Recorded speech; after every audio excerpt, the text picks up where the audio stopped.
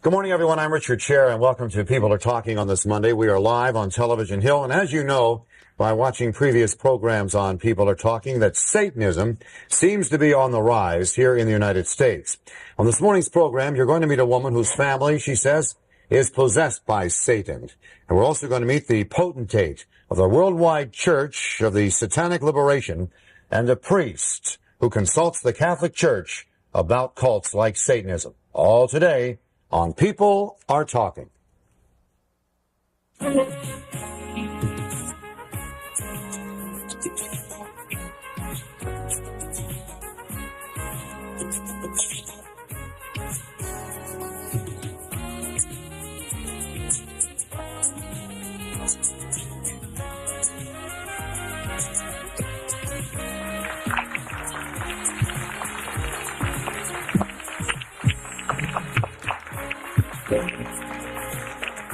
Would you welcome to the show Laraine Wilson, who has been dealing with satanic cults for as long as she can remember, from her mom and dad through her husband and her children. Yours is an unbelievable story. You are free now, would you say? Well, I would say I'm free. I'm not concerned or intimidated or in any fear or hiding myself or anything from them. I've talked frequently about their activities because I feel as though it's exposure that will end up maybe clearing this situation up. If I bring enough heat down on them, if I, let normal people know exactly what goes on in those kind of situations, maybe we can get help for the ones who are in it and don't want to be in it. Not everyone is in it by choice. It's one of those kind of things where if you grow up in the situation, like anything, mafia, whatever, you have no freedom of choice. You participate or you go through a lot of physical and emotional abuse. Which you did, starting, I guess, almost as young as when you were 6. Tell us what was going on in your family at that time. Well, they were having different types of rituals and things. I remember one time, I'm not really sure how old I was. It was at night. There was this darkened room, and the wickedness that was emanating out of that room really was terrifying me. I remember a relative, I think it was an uncle, was going in, and he picked me up to take me in that room. It was flickering lights and whatever. And I screamed and fought, and I wasn't forced to go in, but yet I had a younger cousin who didn't want to go in the room, but because she had been in there and participated before, she had to go. And a lot of my... What happened in there, in that room? I didn't go in. I mean, what did you hear happen or think happened? Well, they were into,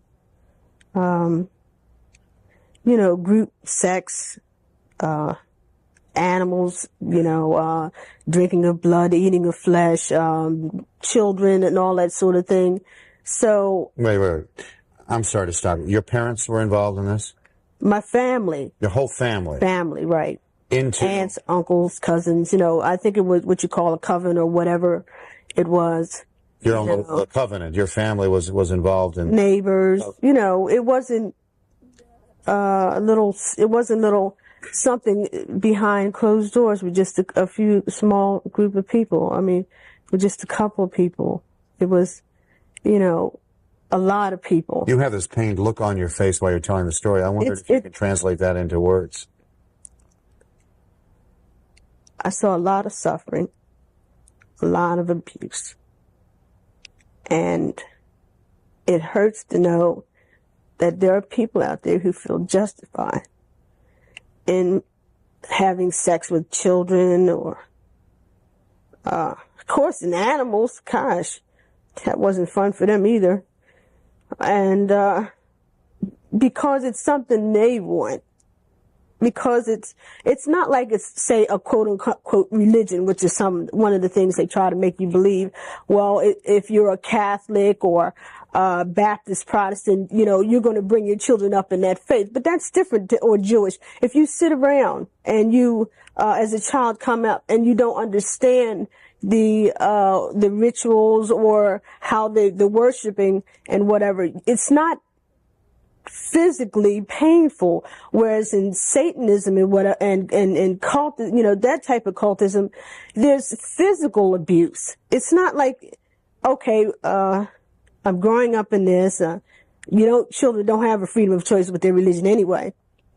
But it's the pain, it's the suffering, it's the degradation you feel. It's the you feel as though you're not in a normal situation. You feel isolated, and then you're taught never to tell and not to talk to anyone. It's like child abuse. Exactly. The pain, the suffering that you saw during these years, beginning at 6 and through your teenage years, and you're talking about sex with children and animals. What specifically can you tell us about that went on during that time in your family? I watched my mother and my son. You watched your mother and your son? I think that the most painful thing for me was that, it started when we were younger, coming up, and I watched all the physical abuse because, personally, I figured I could take it because there wasn't, I told him I'd rather be dead than to be one of them. And they didn't take too kindly to that, I guess. No. A couple times they tried to oblige, whatever, because when you have... You mean? Oh, sure, because if you think about it, you have a group here that has an image to uphold, and they're trying to get the younger ones to realize that they're all powerful, all knowing, all seeing, and you've got this little mouthy kid that's running around disrupting things, and they can't crack the kid, and they can't wipe it out, and it made them look bad, even though I was, shunned by the others and hated by them, and told my cousins and brothers and whatever that I was weird and strange and whatever because I didn't go along with what they were going along with. It still made them look bad. And you say a couple of times they tried to make your wish that you'd rather be dead come true. This includes your parents? They tried to... See, the thing is, with this type of situation, it wasn't a normal situation. Your parent didn't look at you as though this is my child for me to nurture and to take care of and to love. Either you were part of the group, or you were considered an enemy of the group. Not a family member, but just there's the group family and then there's everyone else. Exactly. So, my well-being and life was just, I didn't belong, so I didn't really need nurturing. I didn't need, but then they weren't capable of that anyway. You're talking about people who don't love. They said love is a form of weakness. They don't, you didn't get sick if you could help it, because if you came in with some kind of sickness or some kind of pain, you were treated as though like, well, so what? Where did you turn? I mean, if you had no one to whom you could turn, how were you making it out there as a child? Praying. Well, since I learned about the evil side, I knew about the good side. Mm-hmm. I had a choice to accept and go in and live like them, or to stay with the Lord. And I stayed outside a lot, and I would say He gave me peace and saw me through. Okay, I was fearful sometimes because there wasn't anyone to turn to, and I didn't see any help from anywhere. I mean, they always taught you to go to the elders of the covenant or whatever they call themselves, because today I don't think they like to be called witches and that sort of thing. I think they like to be considered as even Christians, some of them. They call themselves all sorts of things, trying to appear to blend, but they're not blending. You said you saw your mother with your son. What, how do you handle that? And I felt they seemed as though I wasn't even there. I mean, I didn't know what to do. It was, how old was your son? I don't know. I think maybe he was 17, 16, something like that. I don't really remember. Maybe he was younger. But it was sort of like sort of what I would say, like the last straws. Like that was, I mean, I loved my family. I felt that one day I could, help them come out of it. And eventually I just had to get away with what I could get away with that was left intact. I had 2 children that chose that lifestyle, and personally, I couldn't see if you knew the right from wrong or the good and the evil. You had the two to compare. You had the 2 children with a man named Howard, who was also in the cult. I don't know what he was into. No, that I can't really say that. I know he was weak. He wasn't someone I could, turn to or anything like that as for help. And he was in the area, in the vicinity where all that sort of thing was going on. So, but as far as an actual participant, I really couldn't say if he was. Okay, we're going to open up our phone lines now at 481-1313. You obviously are hearing this. There are people who worship Satan in our audience, and those who think it's terrible. We want all of your points of view. 481-1313. More with Laraine in a moment.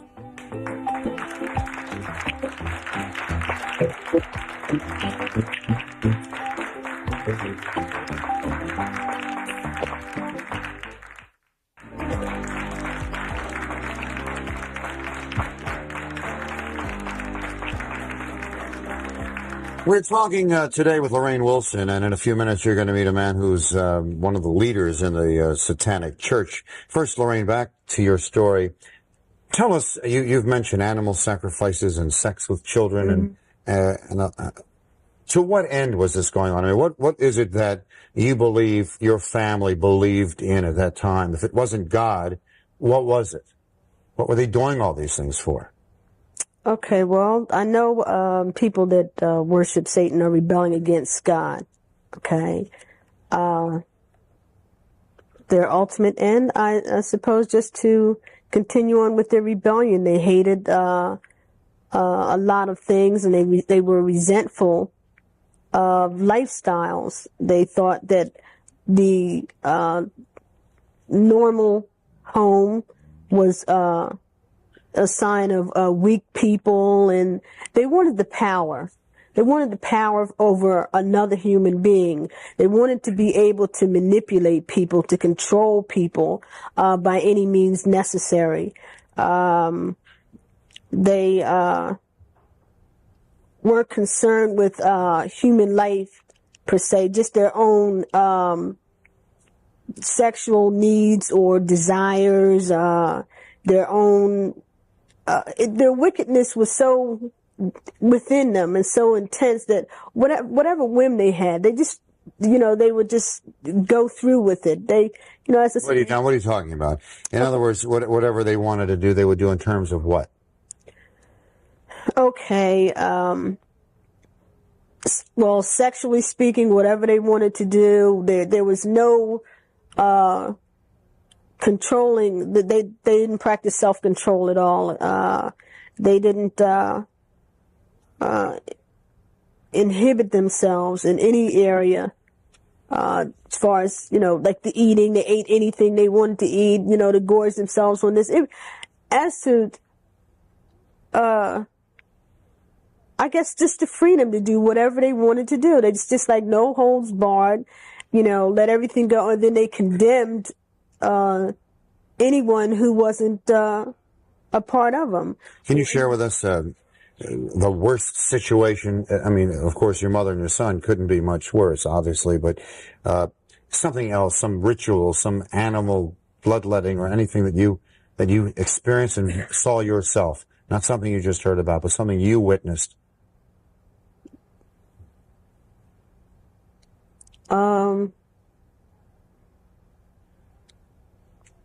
Not other than what I had already told you. Okay. Now you married. You did not marry Howard. No. You had 2 children with him. Mm-hmm. He had a drinking problem. Yes, he did too. He didn't at first, but he last when I saw him, he did. Was he abusive? Yes, he was. Was he abusive with your children? You speaking of Stanley or Howard? First Howard. Howard. Okay, Howard went off into the service. It was one of those teenage things, trying to escape the situation. Sure. And, you just don't escape it. You just go from one situation out of the frying pan into the fire kind of thing. So, right. And then after that, then I met Stanley and we married, and that was another out of the frying pan situation into another fire. He had no inner strength. Still doesn't.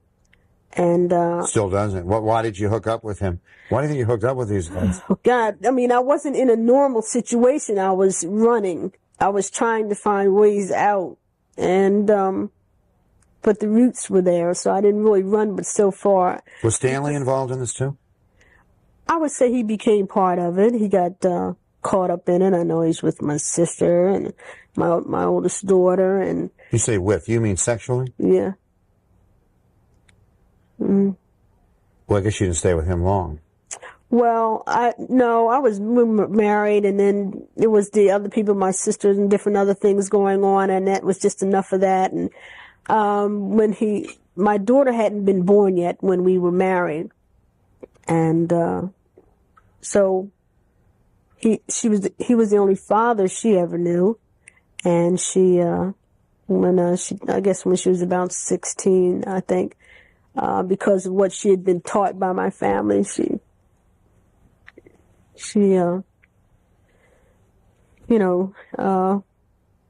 became lovers with him. I stopped dating because anyone I ever dated, if she could, she would. Any way they could. Did you talk to her about this? Yeah. Did you yell at her and screaming? I mean, what? Yeah. What do you say? What did she say? She just cried. But it didn't stop her. You can confront them. It doesn't stop them. The truth will make them cry sometimes. The truth will make them say, so what? What are you going to do about it? Would you say all of these people, all the children, the parents, the Howards, the Stanley, all were possessed, would you say, by Satan or by the devil? What would you say about These are non-believers. Okay? These are people that don't believe in God at all. They believe anything they want to believe. Anything goes, okay? They would tell me that I wasn't corrupt enough, Why don't I denounce my God? All kinds of things they'd say to me, because they like their lifestyle. They want to have the freedom of choice, they call it. And one of the other things with the adults, the parents, it's their job to teach their children sex. Physically teach them, they're supposed to be the best teachers, and that's supposed to be part of their parental duties, and that shows that they love them. Why did you leave the Philadelphia area and come to Baltimore? Why are you in this area now with your daughter? Normal people live here. There is a healthy respect for God here, even though they're not people aren't churchgoers. I feel as though the pressure's off. I can breathe. I'm not being intimidated into trying to become part of something that I never wanted to become a part of. I have freedom of choice here to serve the Lord and be happy serving the Lord. I can even stand out in the street and say, thank God, and not worry about a rock coming upside my head or something. I can, my daughter is, she just came from she went to junior prom, and she and a group of girls got together in a limo and all that, and they didn't take dates, the new modern girl. And, maybe she's smart. And she's enjoying herself. We're getting on with our lives. I feel as though now I can live. I remember as a child, there was this cartoon where the lame children and the abused or the unwanted or unfed children, the Pied Piper would come and take them all away and open up this mountain. They could go in and play, and they were healed and healthy and all that sort of thing. And that's what I've always looked for, a place where I could go under the sun, where I could live, love, serve God, and live a normal life. I knew what they were doing was not normal. We'll be back in a moment.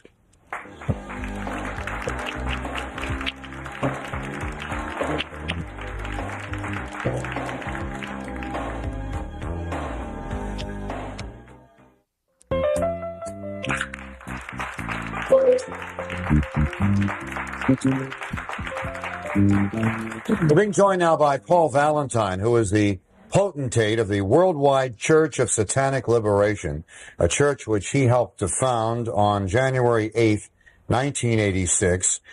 Reading the background that you provided us, the church states that Satan is the force that rules the world. You say go for everything physical, emotional, mental, any sexual desire, just go for it. Now, you heard what Laraine had to say. I'd like to know, and I'm sure our viewers would like to know, what it is that the Worldwide Church of Satanic Liberation says. Well, first of all, I'd like to say that I would like proof about anything you went through. I don't believe much of it. You don't seem to be able to remember anything as far as dates and ages. And why, in the name of any God you believe in, did you stay in as long as you did and let your 16-year-old son have sex with his grandmother? Okay, now before the church. Paul, before you start your attack, I want you to answer my question. Okay. I want to know what the Church of Worldwide Church of Satanic Liberation says. What do you espouse? This is a church that... We believe in dignity of the human spirit. We don't believe that we should bow down before a man-made God and repress any of our natural feelings. When I talk about the Satan force, I talk about the energy that's within everyone, the carnal, the mundane. We believe in living life to its fullest. And don't feel guilty about being human and having natural desires. And of course, common sense plays a very large role in all of this. Does that include having sex with each other, with family members? No, God, no. You have to have your own code of ethics. You have to. What are yours? Well, using respect for your fellow man, realizing that dignity is involved. You know, people say that because I'm a Satanist, I'm immediately going to have sex with children, mutilate animals. Well, Satanists don't do that. Have you ever had sex with children? No. Or mutilated an animal? No. People like that are either, as I said once before, either misplaced Christians or Christians gone bad. They're basing their beliefs on a Satan that the Catholic Church invented. You say in this background that that Christianity is, from the beginning, has been the most downgrading and destructive of all religions. That egos are not allowed to prosper and complement one's identity within the framework of Christianity because a healthy ego, well, anyway, what do you have to say about Christianity and about Christ? Well, I believe that Jesus was a very brilliant man, but he was a very astute Jew. And history has proven time and time again that he never went about to form another religion or destroy Judaism. I mentioned once before in a previous show that at the Council of Nicaea in 325 AD, by vote he was made a god, and by vote they decided just how divine he was going to be. That to me proves that it's a false religion. It's based on myth. And as far as I mentioned the ego, you need an ego to survive. You have to have that vanity that'll keep you out of a gutter. There's nothing wrong with survival. There's nothing wrong with being a success. Satanists are successful people. How did you get involved in this? By education. I went to a Catholic school until 9th grade. And believed in what then? Did you believe in I believed in nothing, but I was forced to go to the school. And by 9th grade, I had had enough. I had asked too many questions that could not be answered. You know, I just got tired of the priest saying, well, it's a mystery of the church. And I said, well, okay, if you don't know, then guess not. And I just started reading on my own. And I realized that all religions are man-made. You know, it's comforting to want to believe in something out there, you know, when you're in, you know, times of stress and pain, if you lose a family member or whatever. But the strength has to come from you. And that's what I've been working on. You say to be a Satanist means to follow one's natural instincts, to gratify every physical, emotional, and mental and sexual desire one has. Now, what does that mean? Well, I think it's self-explanatory. There's nothing wrong with being sexual. I see nothing wrong with premarital sex. I see nothing wrong with having a plethora of lovers if you want. I'm not homosexual, but, I see nothing wrong with homosexuality. It's a human desire, something that's, of course, alien to me, but it happens. But once again, common sense steps in, with all the... Where does common sense step in there? Well, with all the diseases that are running rampant, you've got to be careful. And also, you don't take advantage of those who can't help themselves. You don't have sex with children. You don't have sex with animals. All right, now, if you don't, let me interrupt. You have a woman sitting here, and we're not going to do a lot. We're going to assume that what she says she saw, she saw. All right. All right. What do you have to say to him? He's saying that this doesn't go on, that children don't have sex with members of the Satanic cult and so forth. They always say that. Are they going to stand up and say that they're breaking the law? Okay. Are they going to stand up and say, yes, look, this is what we do to the outside world when they know it is still against the law? Okay. There was a group, I think, that came to Maryland that wants the law passed so that they, I think it was gays where they can have sex with younger children or something like that. The NAMBLA, Okay. Yeah. If they could get laws passed where it wasn't against the law, then they would make it public. Do thieves make it public what they're doing? Okay, embezzlers, they're out boasting in the middle of the street? No, because they don't want to be prosecuted. I have to ask you, Paul, why you keep smirking at everything? Oh, I'm not smirking. I'm just laughing. All right, laughing. Forthright. Because, well, obviously, if I was a child molester, I wouldn't sit here on television and admit it. That's common sense. But to assume just because I have the guts to say that I'm a Satanist, that, I've also got to have the belief in child molestation is foolish. If there are people out there who are doing it, they have to be stopped. Simple as that. And as far as NAMBLA, they should all be shot. I've read their tenets. They're a bunch of sick individuals. You don't have sex with children. There are no consenting children. You can't sit there and say that a 12-year-old said I can have sex with either him or her. I would like to welcome to the program now our next guest. He is the Reverend James J. Labar, priest of the Archdiocese of New York. He is also the consultant on cults for the Archdiocese of New York. You have been for the last 12 years or so. That's correct, right. What do you have to say to this man here? Well, what I would have to say would take about 5 hours, but briefly, I think we see a pattern that is so prevalent in so many parts of society today. We make up our words and we assign our own definitions to them, and then we move along from there. Meaning what, sir? Well, in his basic definitions, we can do whatever we want. That you asked him, does that include sexual things? And he says yes, but then he says no. He says, I wouldn't do that. He doubts the veracity of this lady for no apparent reason, because he can tell the truth, but she can't. Based on your research, sir, and your 12 years experience in this field, how evil do you perceive this Satanic church that Paul Valentine heads? Well, it's only been in existence for a year, so it can't, it hasn't had too much of a existence in that sense. Yeah. But the problem I see is not whether this worldwide church is the evil section, but it's the problem behind it. We can call satanic activity good. That doesn't make it good. We can call it harmless. That doesn't make it harmless. We have to look at the facts that are in the world today. There are hundreds of children being abused in satanic rituals. There are many, many people telling us of problems that have come up not over the last 4 or 5 years, but over the last 30 or 40 years. And these problems then come way before this particular church, or Anton LaVey's Church of Satan, which was founded in 1967, 68, somewhere in there. Some of these areas come about in, 30, 40 years ago, when people had a real and true understanding of who Satan is and what he can do. How evil, sir, do you feel Satanism is in this country? Personally, how do you... Satanism as a crime is very evil. Satanism as a religion is weird and also very dangerous, because it can actually bring up the devil and many of the activities associated with him. What this particular gentleman is talking about, I really don't know how dangerous it is, because there are so many mistruths in there, if you want to use that word. There are so many confusing things. I don't know whether he's telling the truth or not.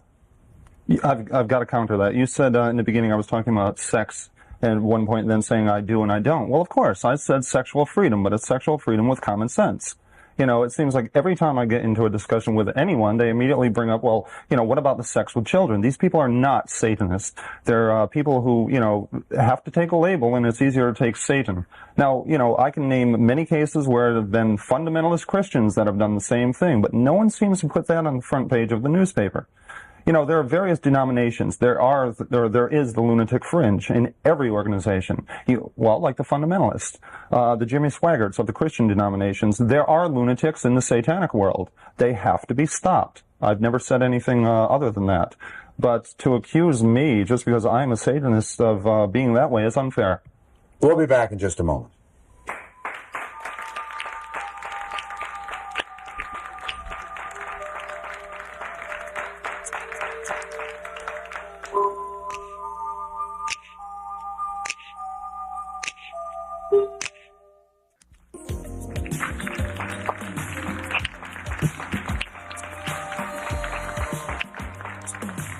Paul, I have to ask you this. And we have done programs. We did a program recently, and we had parents who said that their kids believed in Satan. We're bringing satanic books home. We're making all kinds of marks. We've heard and read stories where kids have killed parents. They said in the name of Satan that Satan made me do this, possessed them to do that. There have been people who have been on who said that they were involved and witnessed animal sacrifices in the name of Satan. I want to know why this kind of activity that you deny exists in all these people's mind. Why does it exist? And in what do you believe? When you have your ritual, what do you do? To whom do you pray? Or what do you say? Well, let me take first things first. It's easy to say, you know, Satan made me do it. You know, it's the old term to coin a phrase. You know, devil made me do it. It's very easy. It's dramatic. You know, it's not going to matter to anyone if you said, well, Jesus told me to do it. They'll just lock you up. But, you know, the minute you say Satan, they're, of course, going to drag it out for everything it's worth and ultimately book rights and various other things. Yes. It's, you know, if you're going to rebel, what better way to rebel than use Satanism? You know, you're not going to get me to believe that this kid who, the gentleman you're talking about, I believe, was in New Jersey, stabbed his mother, then killed himself, actually had Satan come to him through the headphones of his Walkman and say, kill your mother. The kid was a lunatic. You know, simple as that. I think I have to object there because I happened to investigate that. The boy was a very good, honest student. He was a very proper student up until about 6 or 7 weeks before the event happened. And then something got him going. Part of it was the heavy metal rock music with satanic lyrics. A lot of it was an interest. We don't know whether he was psychotic. We don't know whether he was a basket case or what happened to him. Well, but I think an important thing here is not to just presume because they don't agree with what you seem to think, and automatically they're erroneous. This was a very real situation here. The mother, okay, here's the type of kid who was under his mother's thumb. If she wanted to go to church at 3 o'clock in the morning, she dragged him.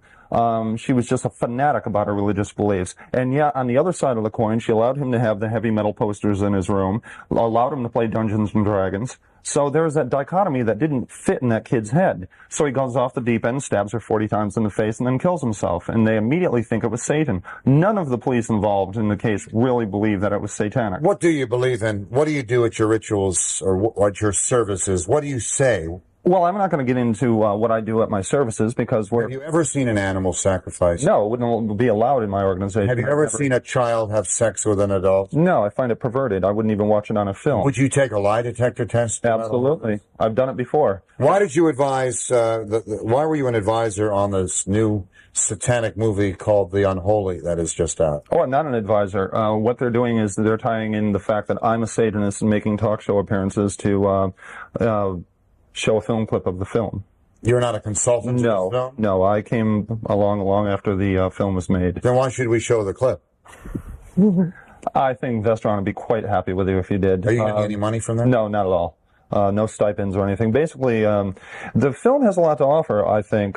Sure, it has the dramatic demon at the end and all, but if you see the film, you'll understand quite clearly that the demon represents sexual repression. As this gentleman can tell you, when you're a Catholic priest, you take a vow of celibacy. And the demon represents guilt. And once the priest, allows himself to,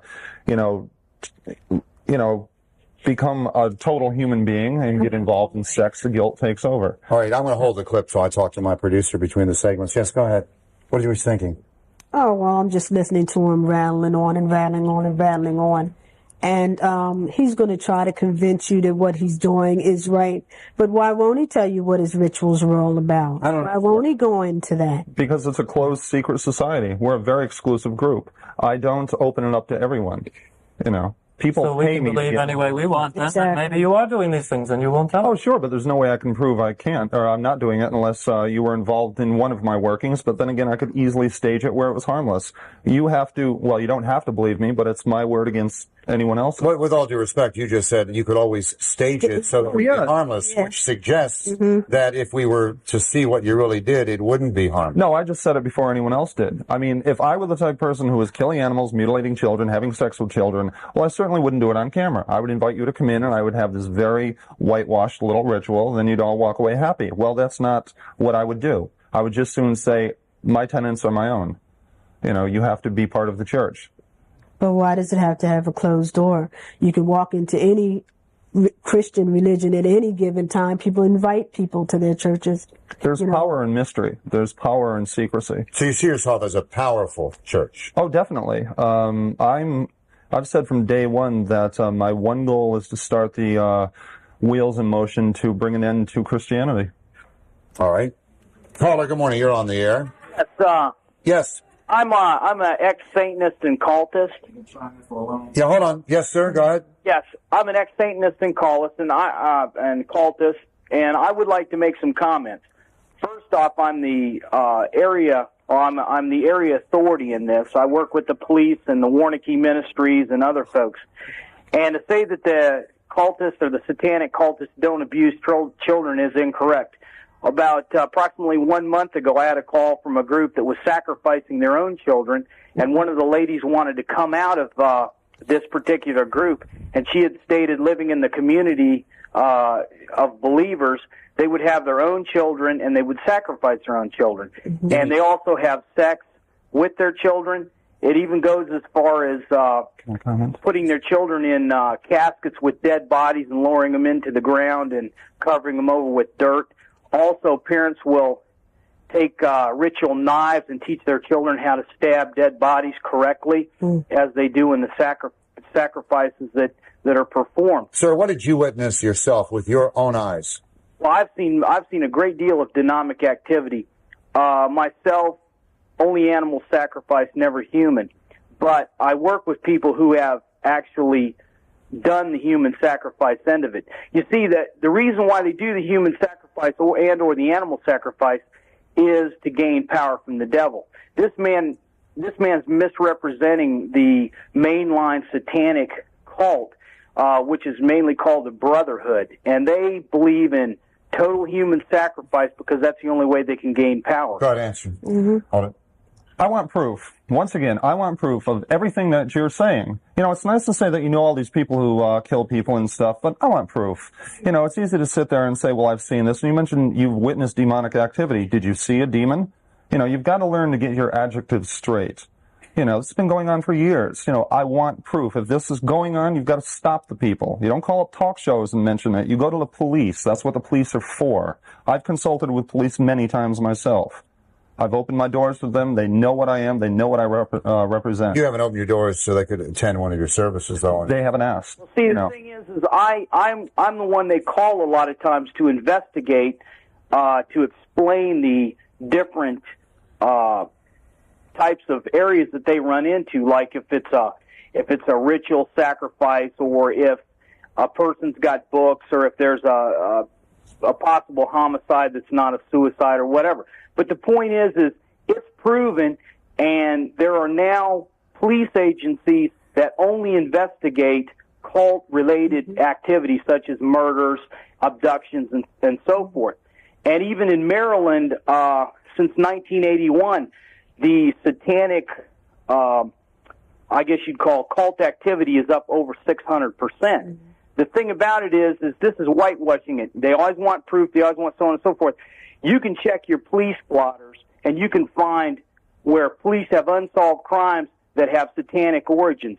Even but why is it satanic? Out in Frostburg, where a ritual was performed, they found the person, and approximately a year later, the ritual was mocked again, and the police have still never come up with anything on that. I want to thank you for your contributions to the show, and we'll let you respond and talk to some members in the audience right after this.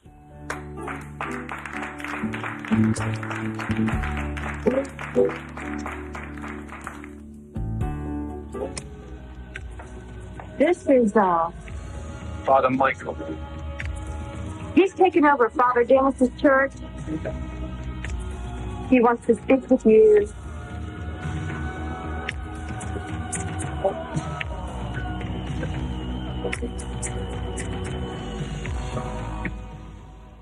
Hello, my name is to attend. For tickets and further information, call 732-5600.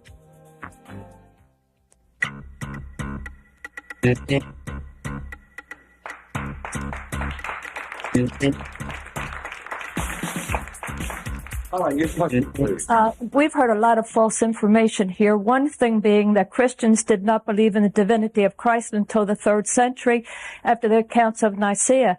That's false. It was a belief from the very beginnings of Christianity, and the church really made that church dogma. You had to believe that in order to call yourself a Christian. They just made it clear. It was always a belief. The other thing is, I'm interested in you telling us how many children you have with a loose sex that you are supportive of. Well, first of all, just because you believe in something doesn't necessarily make it fact. What the Council of Nicaea did was bring that belief system together and form what's called the modern Christian church. 2, I don't believe in loose sex. I believe in free sex with, common sense. Have you fathered more than 30 children? I have 33. All right. So. You have fathered 33 children? Yes. You provide for them? Yes, I do. How do you do that? Well, I'm certainly not a poor individual, and what does that mean? I don't understand. Well, I'm pretty well-to-do financially, and the women that have born my children are very well-to-do themselves. We're talking doctors, lawyers. One is a professor of psychology at a state university. These are not welfare mothers. These are successes. That's why they're Satanists, and they're all members of my church. How many children have you fathered with someone other than your wife since you've been married? I have no children by my wife. So, since I've been married, none. We've only been married 6 months. How many people have you had sex with other than your wife since you've been married? None. I'm very monogamous with my wife. Mm-hmm. There is that responsibility. There are priorities.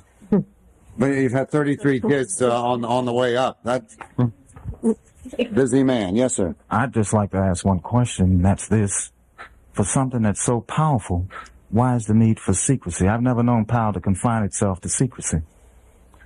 It's very open. Well, first of all, there are no levels in my church. Basically, it's an occult think tank, a satanic think tank, if you wish. There are no set policies. We're just a bunch of like-minded individuals that will correspond, whether it be through the mail, over the telephone, or face-to-face. But as far as when we do our magical workings, it's very private. What we're working on is our own business, no one else's. Church tenants are open for anyone. I hand them out in the church manifest. The police in New Haven have it. But as far as what we do when we do a magical working, we have to keep it secret. There's power in that secrecy. I still wonder how well-to-do you have to be, to support 33 children. Well, I don't do it all, And don't you think bringing 33 kids into this world was irresponsible on your part? Because all these women wanted to have a child of mine. I believe that immortality is through one's children. I don't believe in the Christian concept of life after death. So you were talking about egos. Is your ego that big that you want at least 33? I'll have 100 if I can. Sir? I'll have 100 if I can. I would never have a child that could not be taken care of. That's just not my style. These are all children that are taken care of. I interject here just a moment.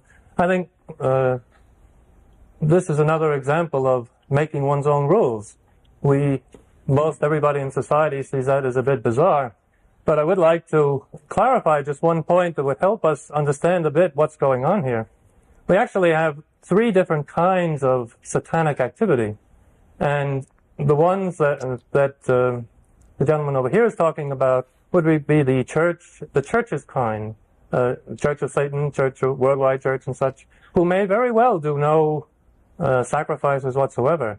There are young people who dabble in it, who find the fascination with the devil, be it the Christian devil or the imaginary devil. And then you have the real cultists, like the Brotherhood, like the Process Church, who feel that crime is the way to find the answer. We're talking about 3 different things here. We have a young lady here who is with you, and what did you just tell me? Well, I'm a very close friend of Paul's. I'm also a member of his church, and I am carrying his child. And Number 34? Yes. And I would just like... Are you his wife? No, I'm not. Okay, I thought that. The contradiction I met her. right there. No, I met her long before I married my wife. All right, how pregnant? I mean, it doesn't matter. I mean, you have his child. Why? Why? Because I wanted to have his child. Why? Because, I'm a very good friend of the man. I know him very... I have lots of good friends. I mean, I'm just curious. Yes. I mean, it's a bizarre question to ask. I mean, why would anyone want to have a child with anyone? Obviously, it's very personal reasons between the 2 of us. But he has 33 other children that you're aware of. Yes. That's why it's not bizarre. I mean, help me answer the question then. No, we obviously love each other. She is. We obviously love each other dearly, and she wanted a child. She's able to take care of it herself, even if I were to die tomorrow and leave her nothing, which would not happen. But and she wanted to have a child at a young age. She didn't want to wait until she was 30 for her first child. Are you well-to-do? Yes. How well-to-do are you?